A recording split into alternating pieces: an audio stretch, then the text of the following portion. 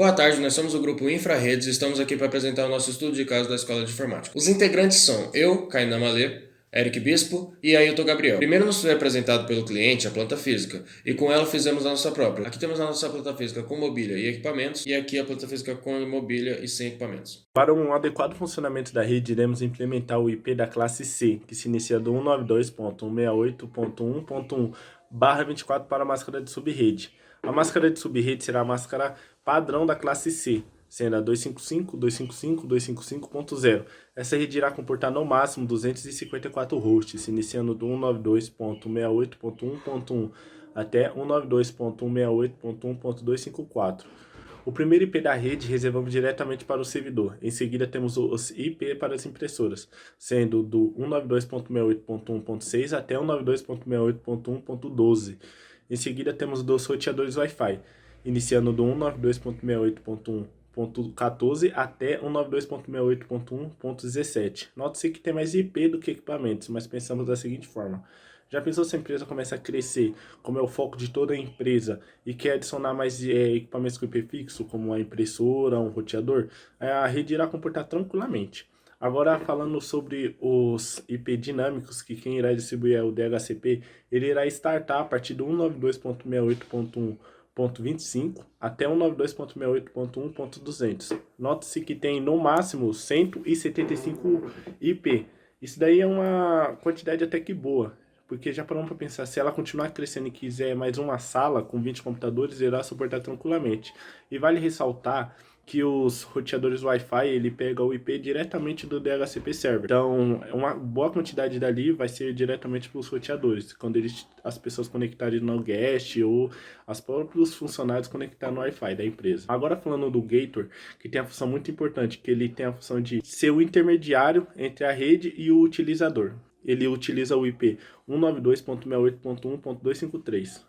Criamos uma planta lógica para demonstrar como será feita a configuração do servidor, a configuração de IP, a configuração de rede, onde passaremos o cabeamento, qual cabo será utilizado e a quantidade de computadores utilizados na rede. Para o primeiro teste, nós acessamos um computador na rede, acessamos o web browser dele e digitamos a seguinte URL configurada no servidor: www.escolatech.com.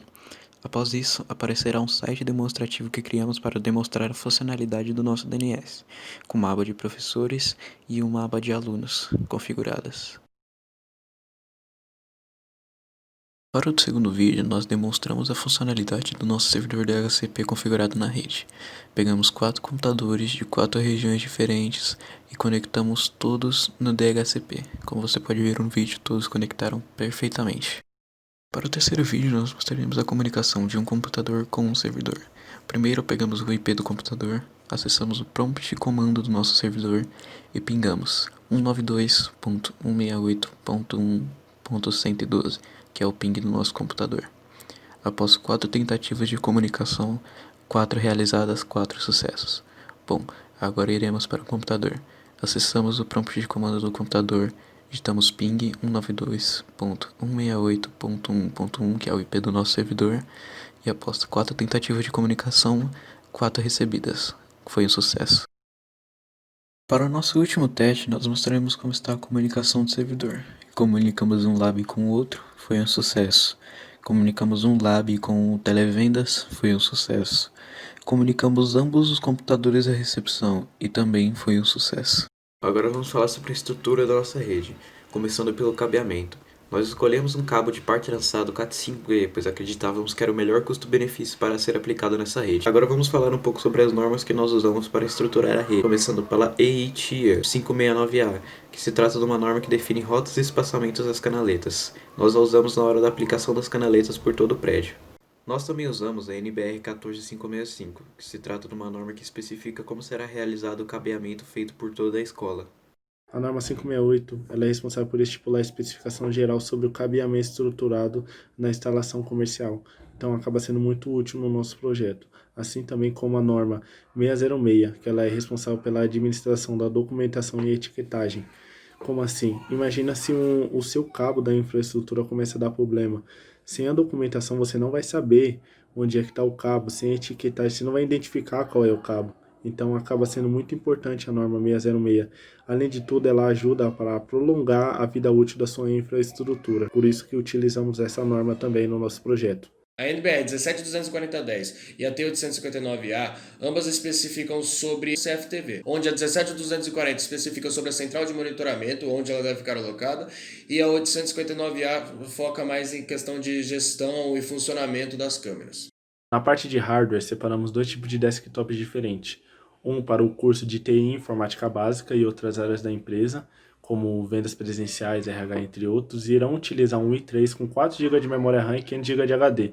Já que eles não irão utilizar softwares pesados, acaba que irá suprir a necessidade deles. Diferente do curso de Games e Web Design, que necessita de computadores mais potentes para rodar os seus programas. Separamos para ele um i5 com 12 GB de memória RAM e uma GTX 1050 Ti com 4 GB, que irá suprir a necessidade deles, já que o requisito mínimo da Adobe para rodar um dos seus programas é 8 GB de memória RAM e uma placa de vídeo de 2 GB. E para o TI, para ele fazer a função dele de administração da rede, separamos para ele um notebook com 8 GB de memória RAM e um HD de 1 TB e um processador i5. Acaba sendo que muito útil, já que ele vai andar pela empresa.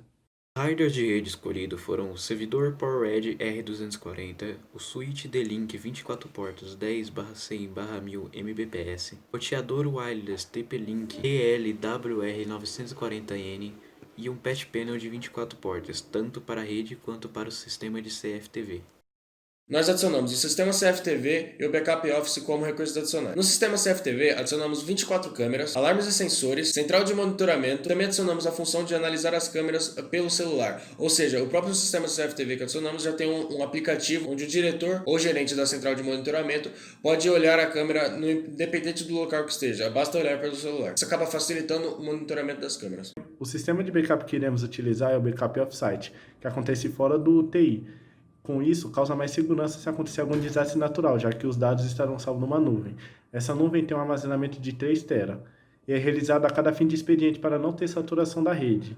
Iremos utilizar o backup diferencial, que faz apenas o backup dos arquivos alterados, e utilizaremos a organização de pasta para cada semana e mês, para ter um controle maior do backup. Agora vamos falar sobre o cronograma do nosso projeto, começando pelo primeiro tópico, conhecimento e reunião. Neste primeiro tópico, nós realizaríamos uma visita ao local para conhecer e estudar. Logo após, realizaríamos uma reunião com o cliente e aguardaríamos a confirmação do mesmo para o início do projeto. Logo após a confirmação do cliente, nós daríamos início ao projeto. A primeira coisa que realizaríamos seria a compra dos equipamentos necessários. Realizaríamos dois tipos de compras, compras pela internet e compras físicas. A compra pela internet seria apenas de coisas que não têm a necessidade imediata, como ar-condicionado, computadores, bandeja e etc. Para compras físicas, compraríamos apenas o necessário para imediato, como cabeamento, os conectores, canaletas, tomadas e capas para cabos. Após a chegada dos equipamentos, começaríamos a implementação. A primeira coisa que realizaríamos seria a contratação de um link de internet. Logo após, esperaríamos a empresa responsável implementar esse link de internet. Após o link implementado, começaríamos o posicionamento das canaletas de acordo com a norma EIA-TIA 569A. Após as canaletas estarem posicionadas, começaríamos a passagem de cabos, de acordo com a norma NBR 14565. Após todos os cabos estarem passados, começaríamos a crimpagem, usando a norma EIA-TIA 568A.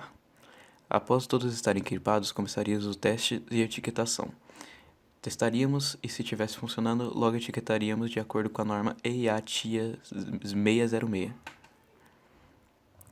Após tudo estar etiquetado, começaria a montagem dos móveis, como as mesas, as cadeiras, os mini racks para switches, racks para servidores, projetores e telas de projeção.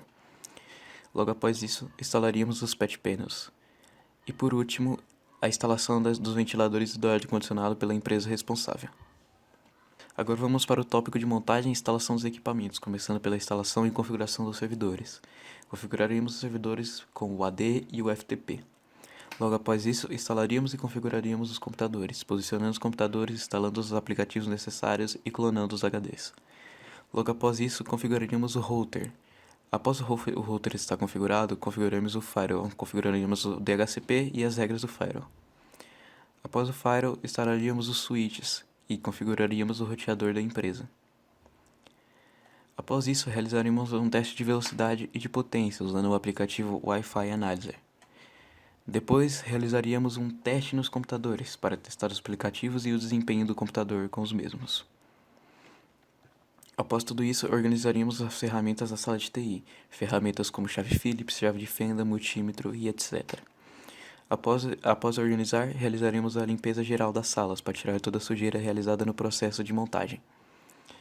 Logo após, realizaremos a documentação baseada na norma 606A, contendo tabela de identificação dos pontos, relatório de testes, relatório de certificação, relação de material, planta e diagrama de tabulações. E por último, implementaríamos os serviços adicionais, com a implementação do CFTV e a implementação dos alarmes. Com ambos implementados, finalizaríamos o projeto. Foi separado em tópico o orçamento. O primeiro tópico são as ferramentas pedagógicas, ou seja, o custo das ferramentas que vão ser utilizadas pelos alunos. Temos também os eletroeletrônicos, que são os computadores, os outros equipamentos que compramos. Como você pode notar aqui, compramos um ar-condicionado frio. Esse ar-condicionado frio ele vai ser especificamente para o servidor, ou seja, o servidor ele pode ficar muito quente, o ar-condicionado ele acaba esfriando melhor o ambiente. Ou seja, para o servidor em si, seria melhor ter um ar-condicionado no local. Já tem a própria ventilação do servidor, mais um ar-condicionado ficaria excelente. Também temos os móveis, ou seja, a mobília que a gente precisou comprar, o servidor e as licenças. Como são muitos computadores, tentamos procurar o melhor preço para as licenças. Nós acabamos encontrando esse combo da Amazon, onde já tinha o pacote Office e o Windows 10 liberado, para poder ser instalado em todas as máquinas. Separamos aqui o rack para alocar o servidor, o no-break para o servidor, e os recursos adicionais cujos quais foram falados. Para completar, temos a infraestrutura de rede e a mão de obra. E o total deu 350 mil. Obrigado pela atenção, esse foi o nosso trabalho. Nossos contatos estão logo abaixo. Alguém tem alguma dúvida?